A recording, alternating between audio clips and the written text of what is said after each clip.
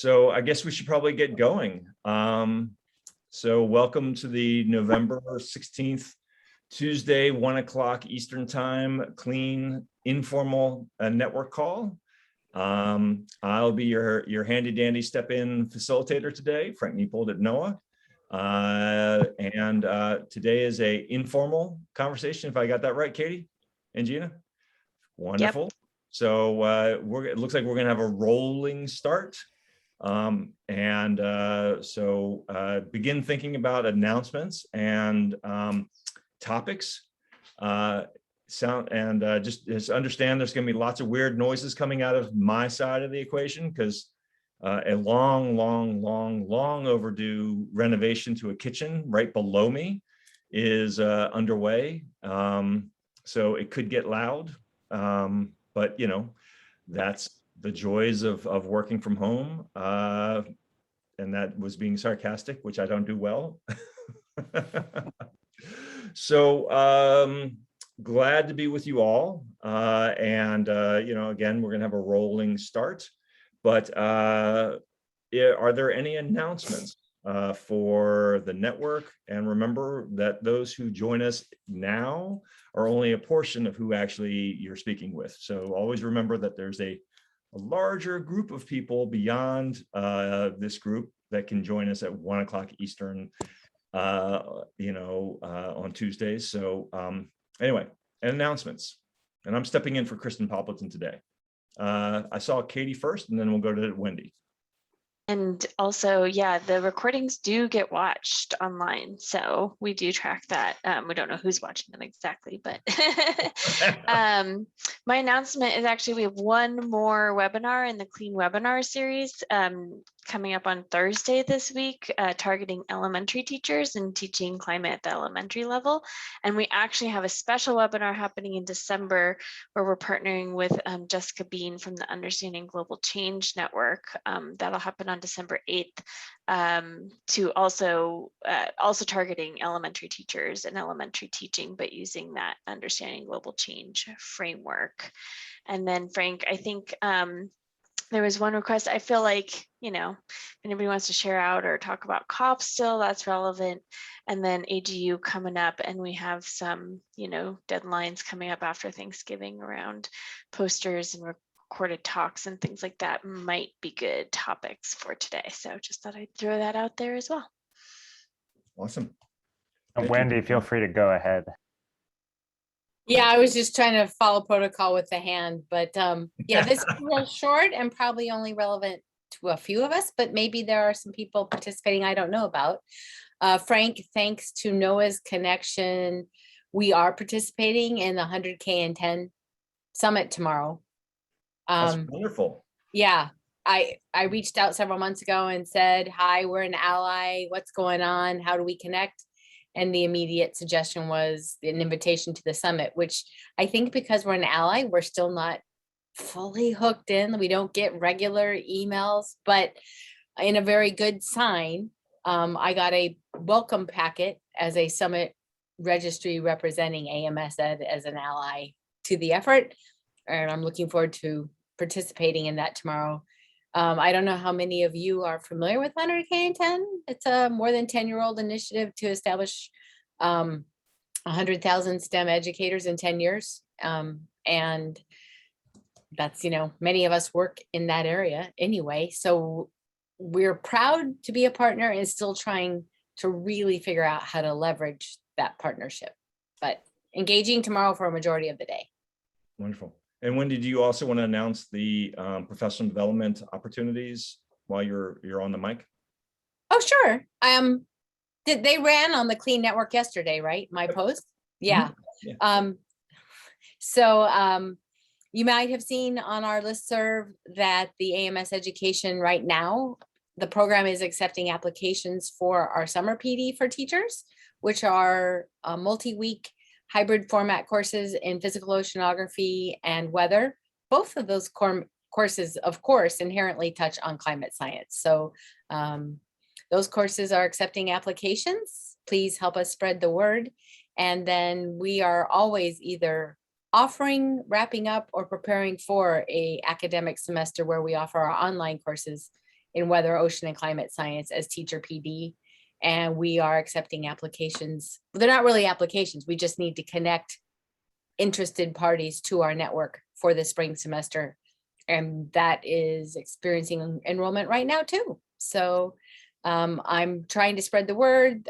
NSTA, ESIP, state level partners. Things will be running in AMS channels, NAAEE, Clean, and I see someone else just dropped in another place to try. So I'm trying to get the word out every way possible. I think we're all deeply appreciative that the world is asking an awful lot of our K-12 educators right now.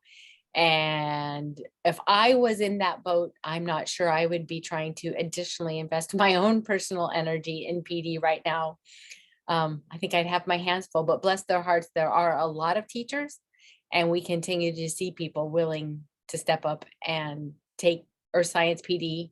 And so I'm both worried about registration numbers always, especially at this difficult time, but also inspired by those that continue to come forward. And right now we're leveraging an excess in NOAA grant funds that accumulated because we couldn't have our in-person workshops 2 summers in a row. And we're supporting teachers by waiving all their fees. So while that's not a continuing business model right now, quite a few teachers are able to participate in these graduate level PD courses at no cost. So yay. And Seth, coming over to you, since you're up next in the queue, obviously promoting that in the Teach Climate Network would be is that you, or is it somebody else over at Climate Gen? No, that's me.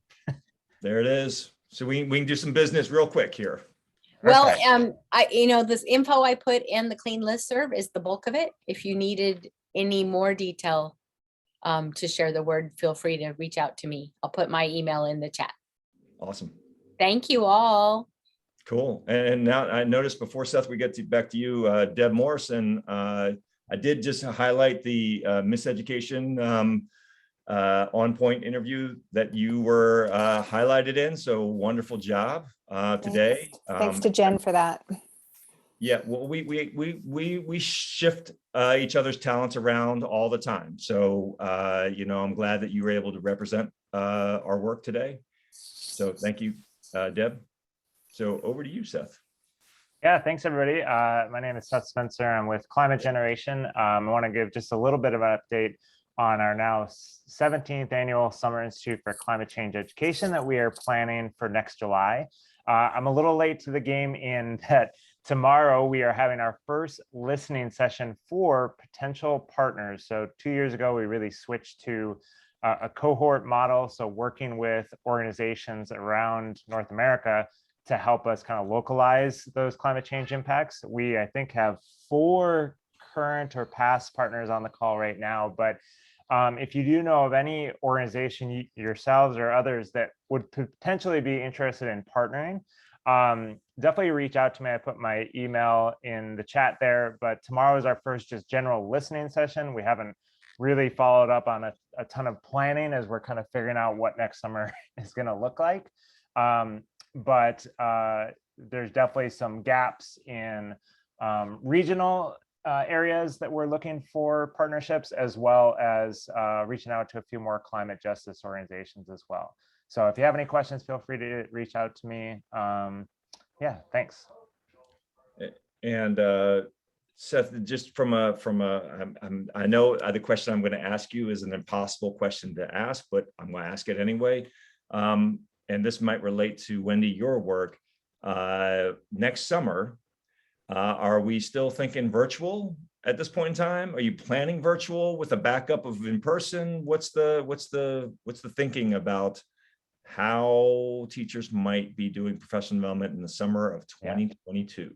That is a great question, Frank. And if you want to give input tomorrow, that's one of the things we're going to ask. I will be there. Yeah. So we, as part of like an equity and access, we definitely want to be having part of it virtual, probably the national or continent wide level, so that folks don't have to travel to a central location, because we still want to reach 300 plus educators.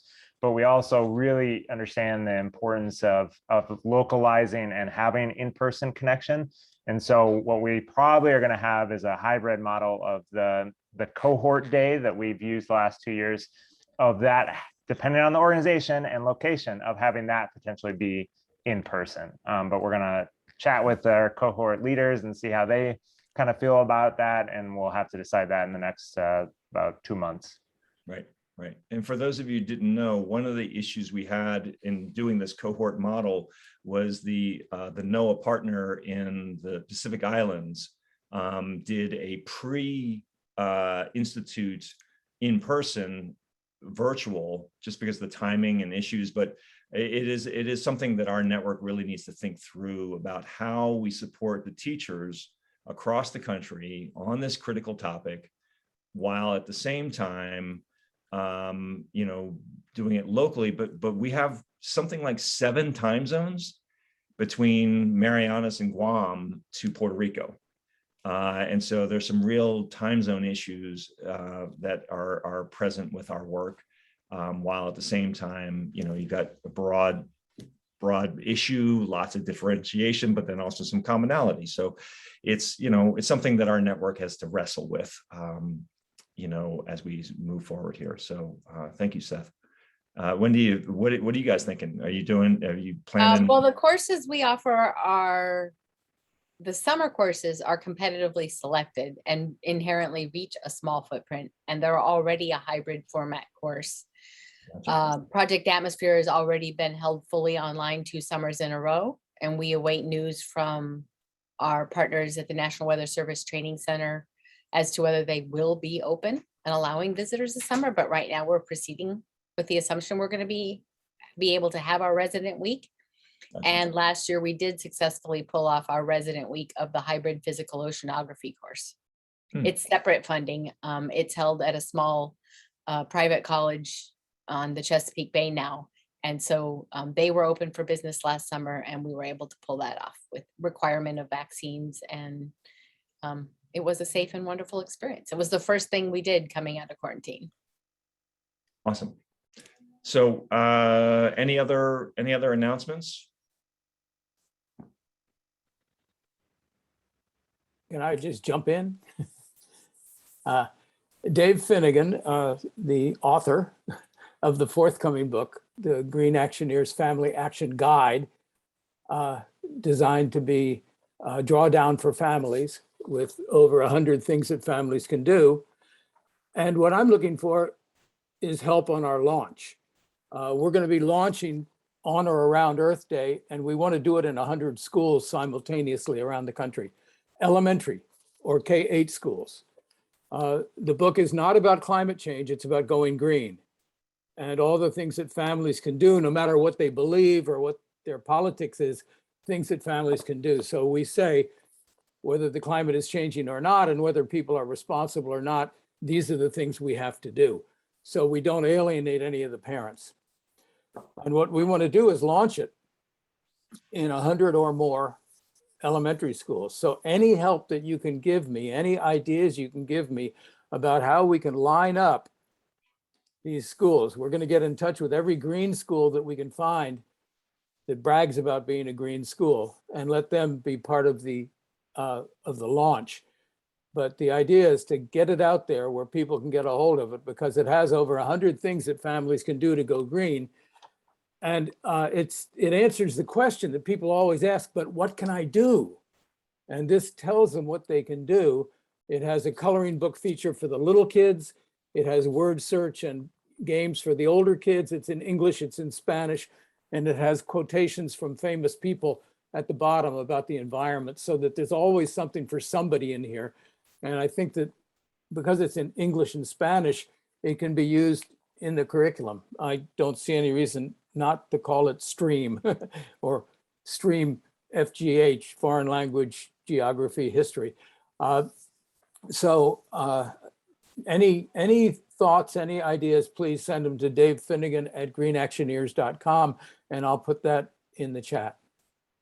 Thank you. Dave, would you like to have a more focused conversation in the future related to this? I'd love to, sure. So maybe Gina or Katie we could schedule a time in January to focus on this. How's that sound, Dave? That's wonderful. I would assume earlier in the year would give you more planning time than later. So, you know, Everything's going to happen in January because the event is in April. right. So I think the right way to, just from a network perspective, is that if you send an email to Katie Boyd and or Gina, that making that request, we can schedule you, because I'm looking at the scheduling for 22, and I see some, you know, we have a lot of space right now. So in January, Gina or Katie, does that sound like a right plan? Cool. Yeah, I guess I'm not sure exactly ever how to do this on the Clean Network, because there's different people every week. So at some point I'll probably send an email out. But I also have a personal announcement, which is that I am due to have a baby in early January, and I'll be taking maternity leave January through March. So generally speaking, Gina's taking over the scheduling of the Clean calls, and she's probably the best person to reach out to. Feel free to CC me on any of those, especially if she's kind of spinning up on that. So I put her email in the chat. I will put mine in, but also, especially for anything happening in January, she's going to be the main person to talk to actually about stuff. So I already knew this, so it's a repeat, but you know, it's awesome news. And Katie, I hope you and your family are everything goes smoothly and awesome, and well-deserved break to you know, bring your child into the world. thank you. So Gina, that means tag you're it for follow-up with Dave. Yes, I'm making a note now. I'll send you something right away. All right, thanks, Dave. But Thank thanks. you. Any other announcements? See if you can top Katie. Or you don't have to. I mean, you know. Deb's hands up. What you got, Deb? I didn't know if you had already mentioned, Frank, the AGU sessions coming up, if you wanted to name them. We have not gone there, Katie. Do you just out of curiosity, what's the I am actually going to AGU in person. So Wendy, you're going to be there. Deb, we got 3. Anybody else going to AGU this year? I'm attending virtually, not in person. All right. I'm attending virtually also. Okay. Same. Virtual as well, probably slim possibility in person. Wow, that'd be fun, Eric. New Orleans. Anybody else? It's all about the beignet.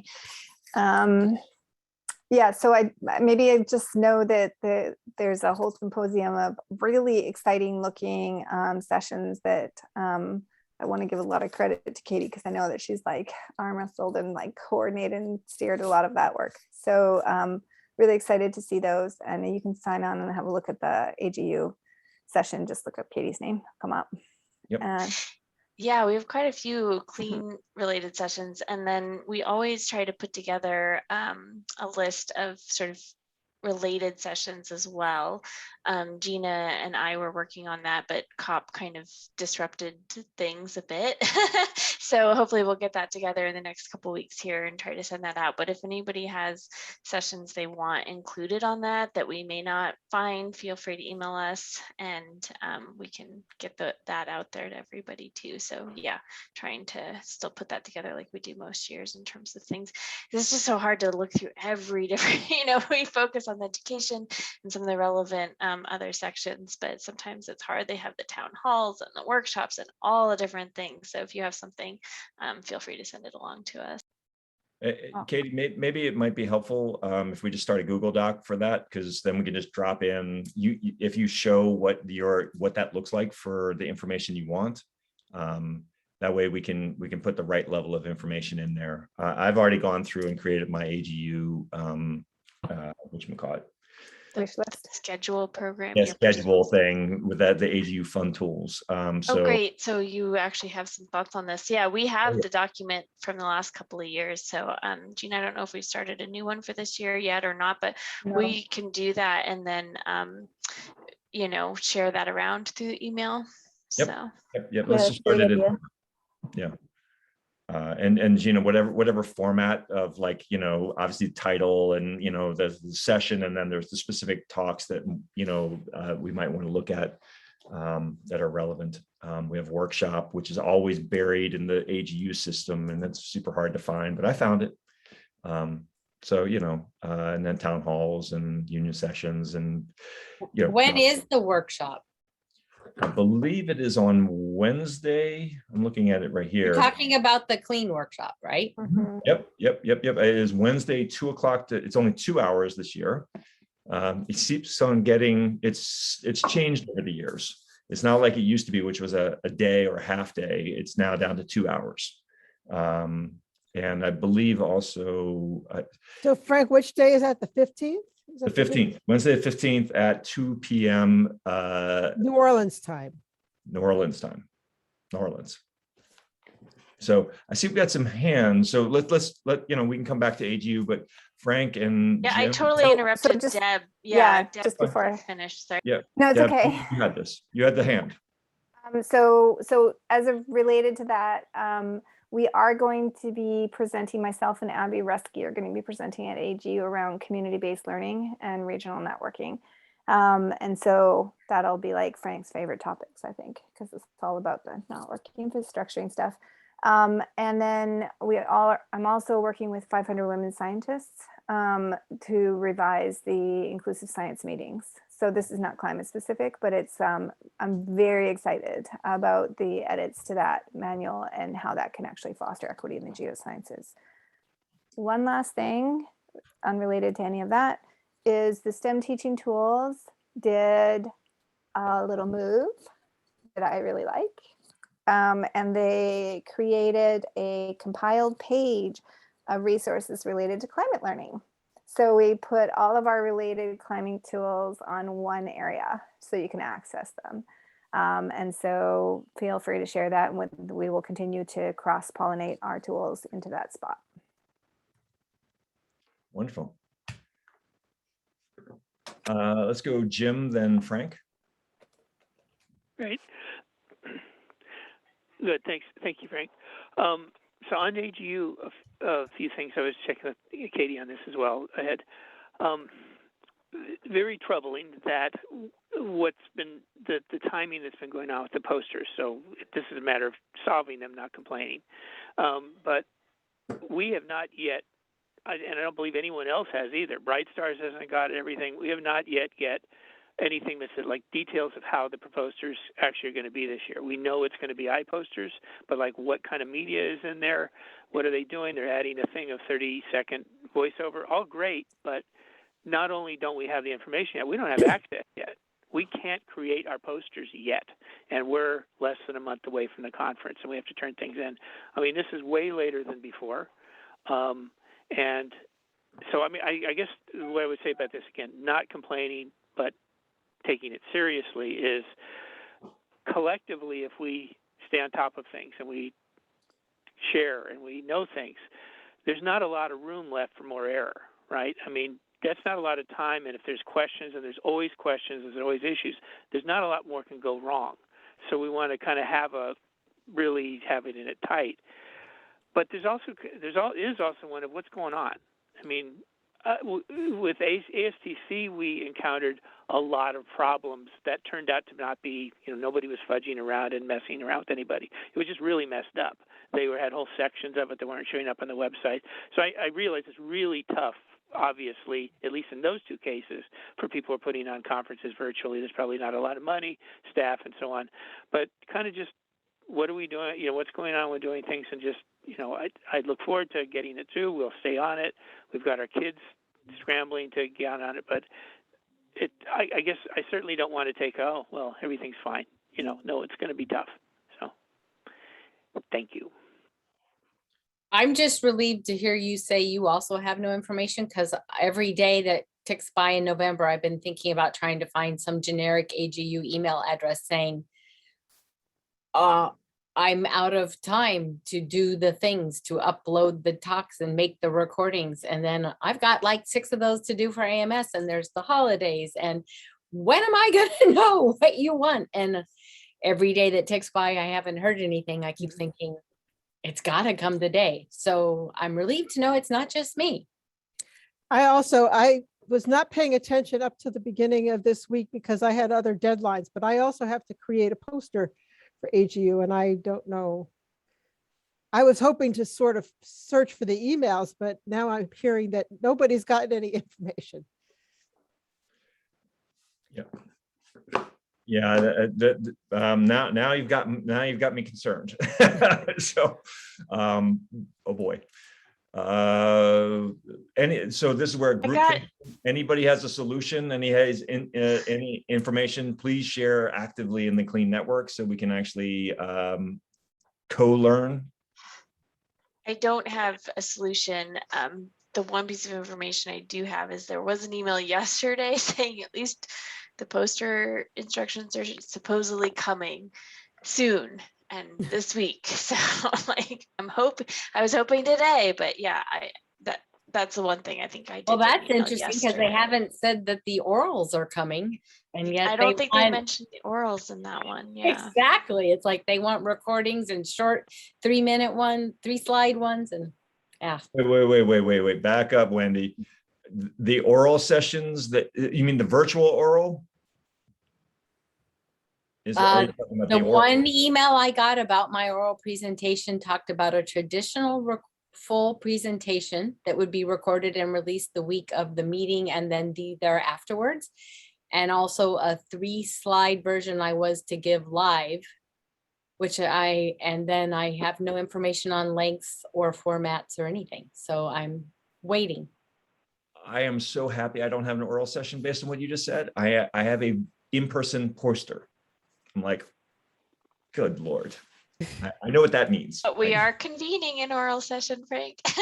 I'm aware. That's something that I was trying to figure out. And yeah, as far as I could tell, and sorry, I know Frank has his hand up, so I'll let him go. But as far as I could tell, that they are trying to do some amount of hybrid, I thought. And so I think that like everybody gets a recorded video and then has to do that like 3 or 5 minute Q&A or whatever it is. But I hope they send an email that clarifies all of that, because that was. I believe they will be extending deadlines because at this point, the 7th of December is not going to work. So Katie, you and I have some additional nightmares coming our way because we have to actually make sure that everybody's videos have been uploaded and yikes. Okay. Yeah, it's nice that you're there though, and I'm virtual, because then we can hopefully, manage both sides of that. Right. I got you. All right. Well, this is going to be glorious because AGU is very, very rigid in the way oral presentations works, as opposed to other like AMS, you have more flexibility. At AGU, you have very little flexibility. So, boy, fun. All right. Got it. New joys. Moving on. Frank, what you got? Yeah, I want to make this one quick because I'm actually sitting outside of a Starbucks waiting for my wife to finish up with her doctor's appointment. And so if you can't hear, if there's a bunch of background noise, I'm sitting close to a freeway. Yeah, we don't hear it at all. You're fine. Okay, that's good. So anyway, just a quick question. In terms of clean events at AGU, are they going to be concentrated into more or less one day or spread out throughout the conference? Katie, do you have the handle on that? For the most part, the ones that I know about are the couple of sessions we're hosting and then the workshop. And those are on Wednesday afternoon is the workshop, as Frank mentioned. And then the couple of sessions we're hosting are on Thursday morning and afternoon. I think the 2 oral sessions are in the morning and the poster sessions on the afternoon. So we're pretty concentrated onto those 2 days of Wednesday and Thursday. Wednesday and Thursday. Okay, good. Yeah, because we sort of blew our wad in terms of Scotland this year. So the idea of going personally to AGU is not in the cards. And even I noticed that it's a pretty hefty price tag even for the virtual option. So I think they've got an option for just signing up for certain days. And so I definitely would like to know what days are best. Yeah, for So- our specific sessions, Wednesday and Thursday are going to be best. I don't know, like I said, I haven't looked at all the other sort of climate education related sessions yet, but for clean Okay. specific ones, Wednesday and Thursday. Sounds good. Sounds good. Well, I gotta go, Buzz. Good to see everybody.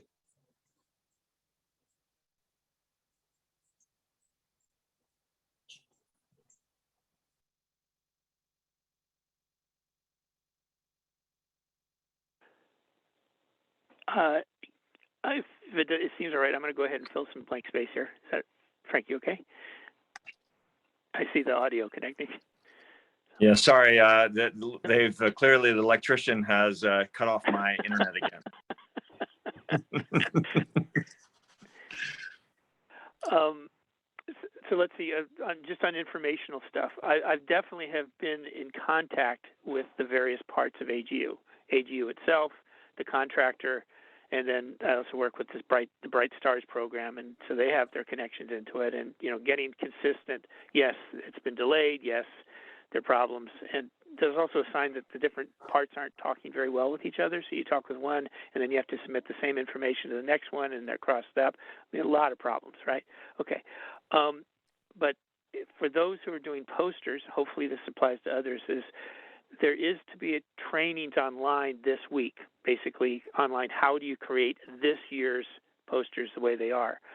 You're talking about virtual poster Yeah, or any kind of poster? virtual posters for sure. There's information that's just coming out about the printed posters as well. I don't track those as closely because I'm just working on virtual posters.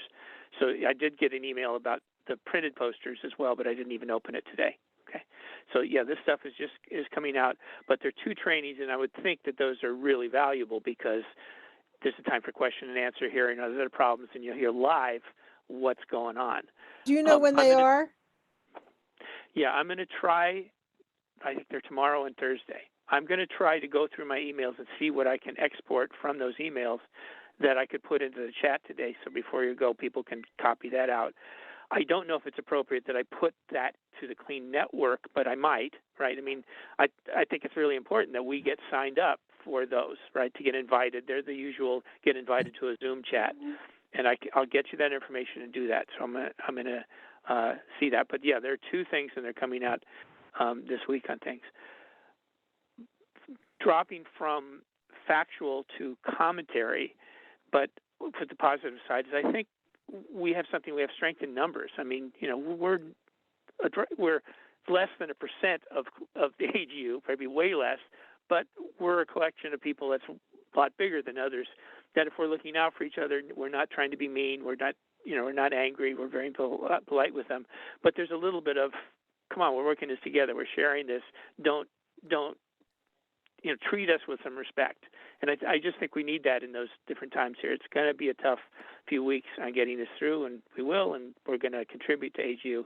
But if we have kind of a sense of strength in numbers, we look out for each other, and that comes clear that we have that.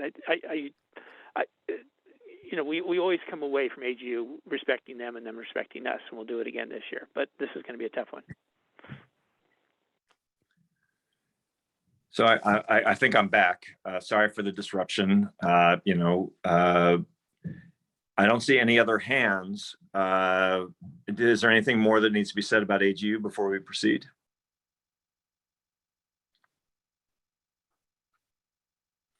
I'll just jump in with the posters real quick, that the virtual posters are still doing the iPoster that we did last year.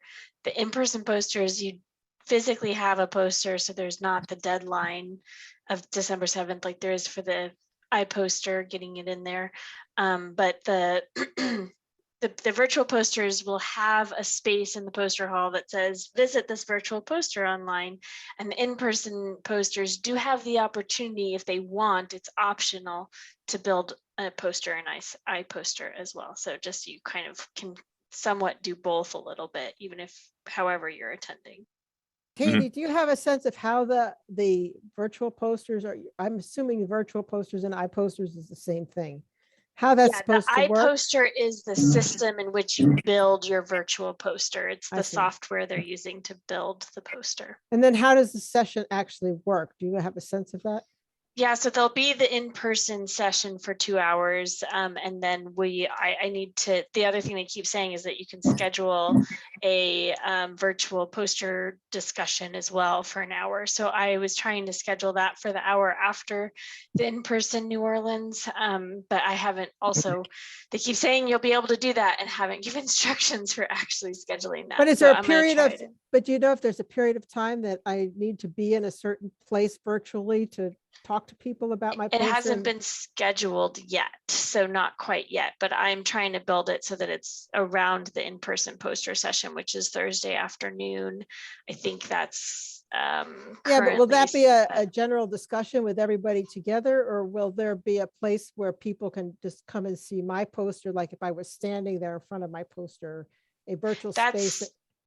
That's something you set up on your own. So in iPoster, there's a place where you can put a link for like a Zoom or a Google Meet or Oh, however you okay. want to do it. And you set up a time that you're going to be there at your poster. Probably be good to do it around the same time as the in-person, poster Mhm. session. And then, yeah, the poster sort of virtual session will just be a space where we can kind of do quick elevator speeches of our posters and allow people to kind of ask and answer questions. But yes, you have time whenever you want to set up standing by your poster, basically do that through the iPoster. You just put a link in, basically. This is really helpful because like I said, I had another deadline. And so being able to get my head around what I need to try to follow up on is useful.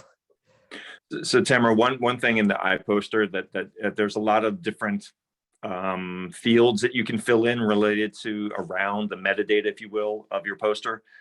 Just, that's what Kate's talking about. And then you put your own link in that doesn't give you access to a link. You have to put your own link in there. But, just keep on playing with the iPoster. Eventually it makes sense.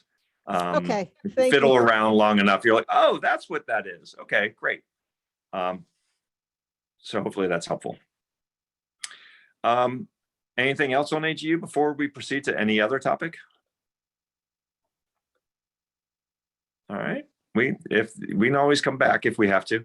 So given I'm now on a phone, so all I see is right now I see Tamara and myself. I don't see hands. I'm going to pull up the participants just so I can see hands.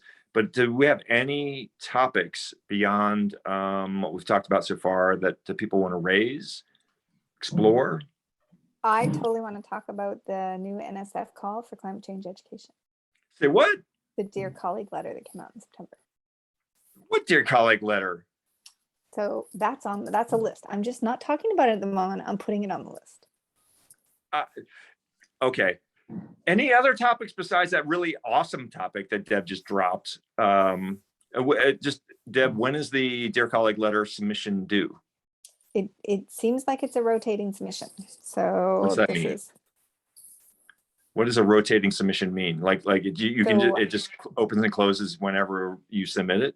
It's across a bunch of different programs and they all have different deadlines. So I threw it into the chat. Okay. For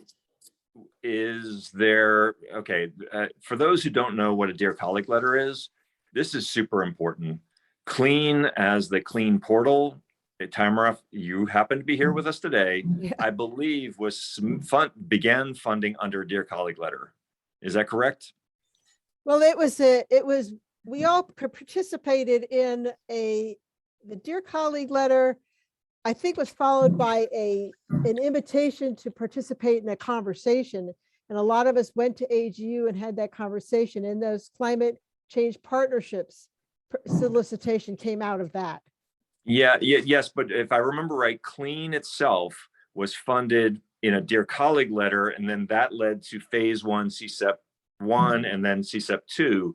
But the Dear Colleague letter, actually, it was a combination, because I actually submitted the Clean proposal through NSDL, National Science Digital Library. So that was funded under that. But because there was earmarks for climate change work that probably came out of the Dear Colleague letter, it was kind of jointly funded by NSDL and that.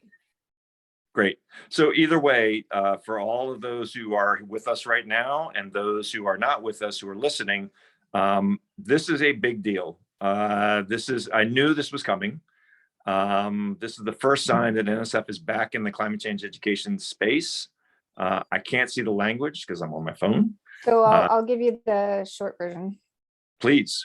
So this initial one is really around small businesses with deep technical solutions to climate change, Okay. to bring them into collaboration or leverage some of the work they're doing. So there's conference proposals. So the conference or workshop proposals are 50 to 100,000. And again, like has been just said, this is like a really good way to start to seed clusters of work in this space. And personally, coming out of the Climb Time Network, this to me is a really good opportunity of thinking how to like intentionally bringing business folks into contact with education and science folks in ways that we can actually build and foster new projects together. Great. So yeah. And is there a second one after that? I'm sure there will be a whole slew of them coming. I can kind of hear it in the wind of various people I have in the NSF who talk to me. So this is a very high, you know, our network grows rapidly when these opportunities hit. And so let's all track this and share. And then usually the way this works in the past is if there's an opportunity to do something on the informal, non-formal community base, people drop from the network into small collaborations and put together proposals. So let's track this carefully because this is really important. So thanks, Deb. Yeah, thanks very much to my colleagues on the WeatherX call this morning who like flagged it for me. Oh my Lord. And it came out in September. Yeah, but it's Asli Cezanne is now a program officer with the NSF. And so she's flagging a lot of things for us as they fly by. So wonderful. Thank you. Awesome. Any other topics?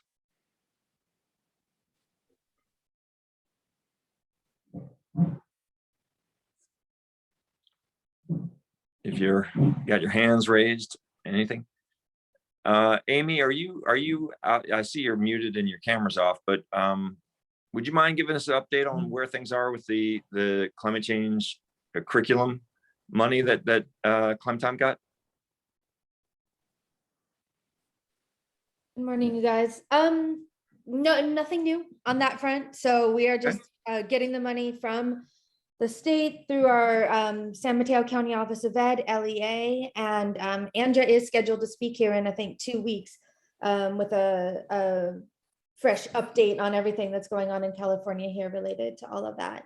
So spectacular. You know, I think we're talking in a series of conversations, talking to people on all the areas of expertise that seem like they'll be needed to make some really top-notch curriculum from California and beyond. So just getting to gather those preliminary design specs and an advisory board as well. But we'll likely be hiring someone to manage that project and just a little bit on hold as it takes a very long time for money from the state budget to go anywhere.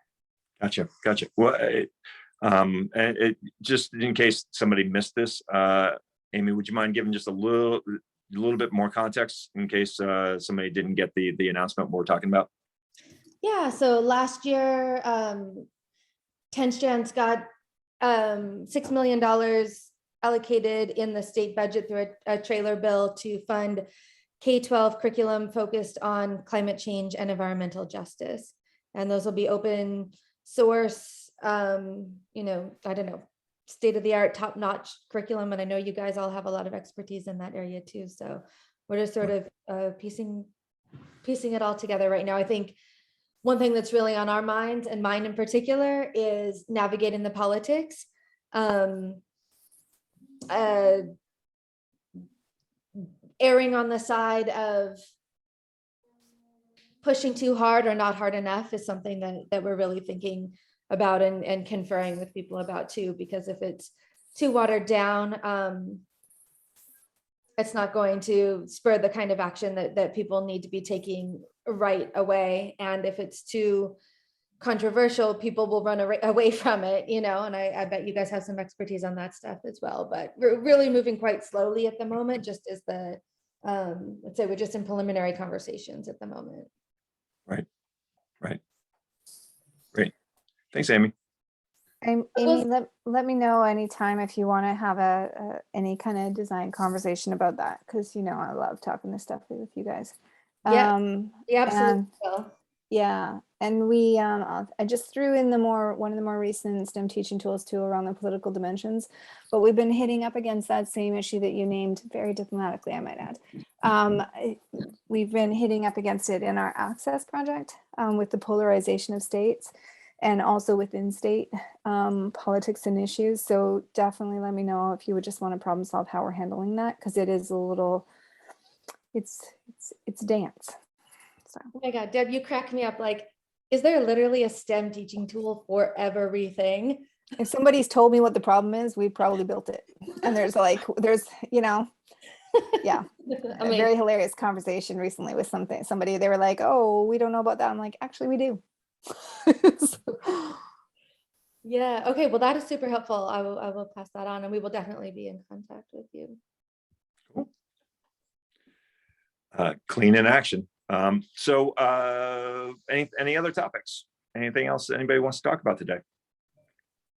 I mean, we did have COP26 just recently happened. There might be some things to talk about, like, I don't know, the Glasgow work program.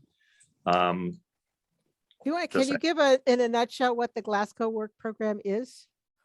Frank can tell you what it is, and then I'll tell you what it isn't. Well, actually, Deb, those two things are related.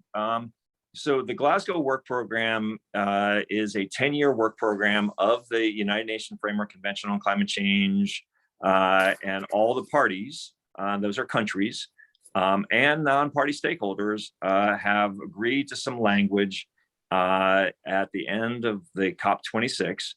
And Deb, I can't share that link, but this is something that we're going to have to talk about as a community. But it's international, right? It is, and it isn't, right? Because the emphasis is that this is all done within national circumstances together, right? So countries, but when you say country, I mean, this is one of the things that we as a community are going to have to talk through, because just like Amy said, there are some challenges that are unique to this work that are really not national. They're actually at the state across, not the national. And so think of this as we are supposed to work for 10 years on how education, training, public awareness, public participation, public access to climate information, and international collaboration accelerate climate action across the world, but the emphasis is on within the national circumstance. So how we do that in the United States is going to be different than how Thailand and Norway and Somalia are going to do it. The same framework as applies. It has a focus on intergenerational and gender, but justice is not emphasized. So Deb is going to talk about that. But ultimately, what happens in a country and below a country is determined by that country. And so, like, while what was agreed upon in the Glasgow work program is one thing, that does not limit what a country or parts of a country do. It just sets a guide. It encourages, and then we share. That's my interpretation of it. We have got to. I have to read it very carefully to see what is required, and then we can go beyond what's required within our national circumstance. So Deb, what's your perspective on this, given you were there and I was not? Oh, you were there in spirit, Frank. Virtually. Yeah, yes, that's right. So yes, I would agree with everything you said. There's 2 or 3 things that I think were really challenging that did not get included, not for lack of effort on behalf of like a 20+ group of amazing civil society folks running around building relationships for multiple years with negotiators in different countries. There's just the way the whole process works. There's an ability to veto by different countries. And so that happened. The first one, and from my perspective, one of the most problematic ones was There was language in here about the Glasgow work program to do with any education, training, public awareness effort had to also fundamentally address all other UN declarations on rights. So that would have allowed us to have human rights as part of educational justice. It would have allowed us to have Indigenous rights in terms of Indigenous knowledge and like ownership and consent related to Indigenous knowledge use and distribution. So those things did not get in there as a result. And so from my perspective, I was deeply frustrated and expressed it to all negotiators whose number I have. So that was one issue. The other one was around funding. And the third one was around monitoring. So funding was related to the idea of like a mandatory funding process for being able to support this work, because we've had this work in play for 26 plus years. It's actually been part of the convention, but it hasn't been enacted properly because there's no required funding by parties to give an international mechanism for it. And even locally, as we've seen, we now have 2.5 states. Can I say New Jersey's a half on this? So like, you know, California and Washington state have legislative funding that's directed toward this effort, but other states, it's very hit and miss where it is. There is funding for this type of thing. It is there in the training programs. It's just very dispersed in most places. So coordinated efforts around this, there's really not a lot of funding, if it, you know. And then monitoring is the last one. So the idea, and I actually need to catch up on exactly what the language ended up with monitoring, but basically the idea that it's not necessarily required part of the NDCs is how I think it came down. And the NDCs are like a national mandated monitoring mechanism. But it'd be nice if people shared. So that's kind of my interpretation of it. And so basically what's happening, I think, informally, the good news is that in the capacity building efforts and in informal civil society efforts and with many parties, so like we've been in conversation with nations, there is a grapevine. There is a network of folks sharing and learning from each other and trying to document that as we go so we can share more broadly. But it's not structurally part of the agreement. And I think Deb, I think you put in the link, the actual language, but in there toward the bottom where it describes the work program, there is a section about monitoring and evaluating. And so, but I think, you know, as a community, we're going to have to read this, we're going to have to interpret it. And so somewhere down the line, we as a community are going to have conversations together about how do we advance this work. One thing that is occurring to me is that we've always been hijacking others' conferences, AGU, AMS, NSTA, Aztec, NAAE. We've always been doing this work in other places, you know, NCSE. But we've never actually convened conversations. The closest we ever came to it was the Tri-PI climate change education meetings that NSF, NOAA, and NASA had, where the funded came together and talked. We didn't really bring together the non-funded by those 3 programs. It may be high time that we start actually having our own focused summits or conferences about this work. Mm-hmm. It just may be high time, because we've always been like the whole conversation we just had about AGU is how we advance climate literacy and energy awareness and ACE and whatever through something else. Maybe it's high time we actually convene our own conversation that is dedicated, focused, and structured for ourselves in this work. And maybe that's what we need to start doing inside our circumstance. Okay, anyway, I'm gonna like high five you on that one, Frank, because I agree that that's the way to do it. And many of the conversations we've been having over the last 8 months to try and get this supported with existing funding inside the federal government are actually not Frank and I. Frank's not allowed to have those conversations. I've been having those with other people. So have been dominated by this idea of how do we actually get cross-sectoral conversations around climate empowerment and mobilization broadly. Yeah. Yep.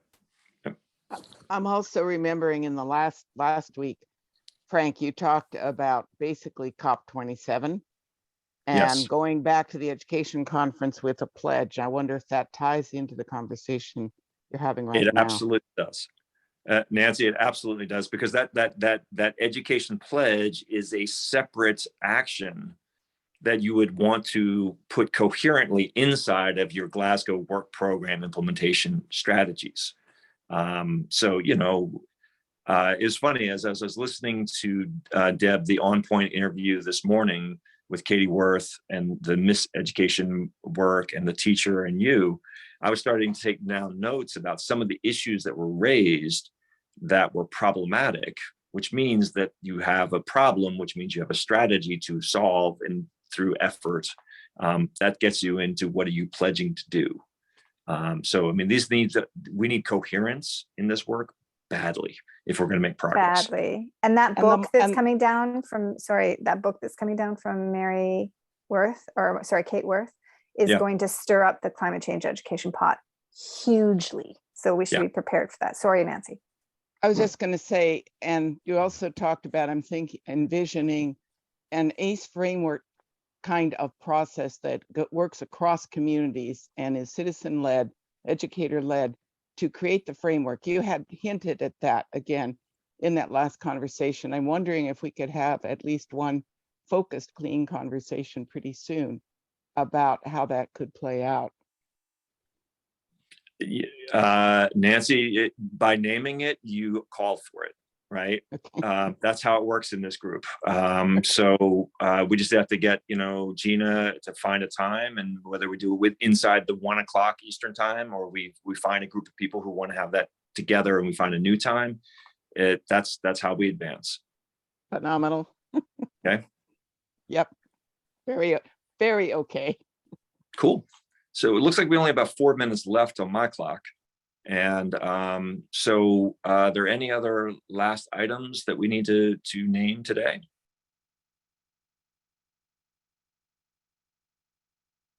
Wow. I'm gonna pop in really quick, Frank. Go for it. This is a small point, but the Storytelling to Accelerate Climate Solutions book is still coming along pretty well. We've got most of the submissions in now, and if you guys want to participate in that space as we continue to push it forward, particularly Frank and Deb, if I could get just even a blurb for either forward or back matter to help push that work. Jessica Bean is pushing at it with NSF. We had a nice meeting with a program officer yesterday, and we're hoping to get some conference funding to continue the conversation at the end of that. So fingers crossed. But if we can nudge at that, I would appreciate the support. Just shoot me a note. I'm back on top of my email after COP now. Thank you. Yep, that's it. Wonderful. Emily, thank you. It's nice to see you again. It's been a little while, and excited to know that's still moving along. Yep, you got it, Frank. And Deb, I did take note of your hand. Wow, what I just saw you. Yeah, I literally just got home, and before I even got to my house, I tripped over my bag and broke my wrist. And I'm like, really? So anyway, it's life. I was tired. It's 3 weeks of travel. I was exhausted. So that's okay. I got the day off yesterday. I got to spend it in the hospital. So it was awesome. So that's one way to spin down. Yeah. So sorry. This was several years ago, but I broke my foot just walking in a parking lot, tripped over a speed bump and broke my foot. So I feel you, Deb. It's sometimes these things you just can't control, but I hope I think of it as forced slowdown. So things will be a little bit hunt and peck for the next couple of weeks. I separated my right shoulder on my way to a National Academy's Climate Change Education Roundtable discussion. And if I hadn't done judo, and learned how to fall, it would have been worse, but I still have a little bit of a linger, so heal well. Wrist is a lot easier than the shoulder, so that's good news. But yeah, the things we do for this work. So thank you, Deb, for continuing to be on the Global Wander, but I'm sorry that you took a hit for it.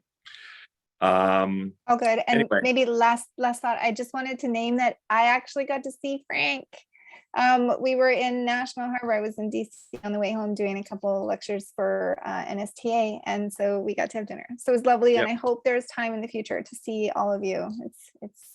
Yeah, it was lovely. Absolutely. And so those of us who will be together in AGU, it seems like we're going to have a smaller, clean gathering at AGU this year, but let's absolutely, for those who are going to be in AGU in person, make a point of getting together. It's just such an important thing that we, yes, Cafe de Monde. Yes, I got powdered sugar. Just be ready. But let's make sure we haven't done this in so long, we're out of practice. But we historically as a community come together at these conferences and at least have a meal and a gathering just so we can see each other in person, because it's so important to keep our community going. So let's not forget that at AGU. And our first clean meeting ever was at a Quiznos, and some of us were on the phone. Tamara, who was on the phone? It was Pigny Giro from Vermont, state climatologist from Vermont. Leslie Ann. Yeah, I was forgetting her first name, but yeah, she was the one who was on the phone. Yep. So we've done this before, so maybe we'll have to have somebody on the phone at Cafe de Monde at midnight, just to keep the tradition alive. So lovely being with you all, and look forward to seeing you all soon. Thanks, everyone. Bye-bye.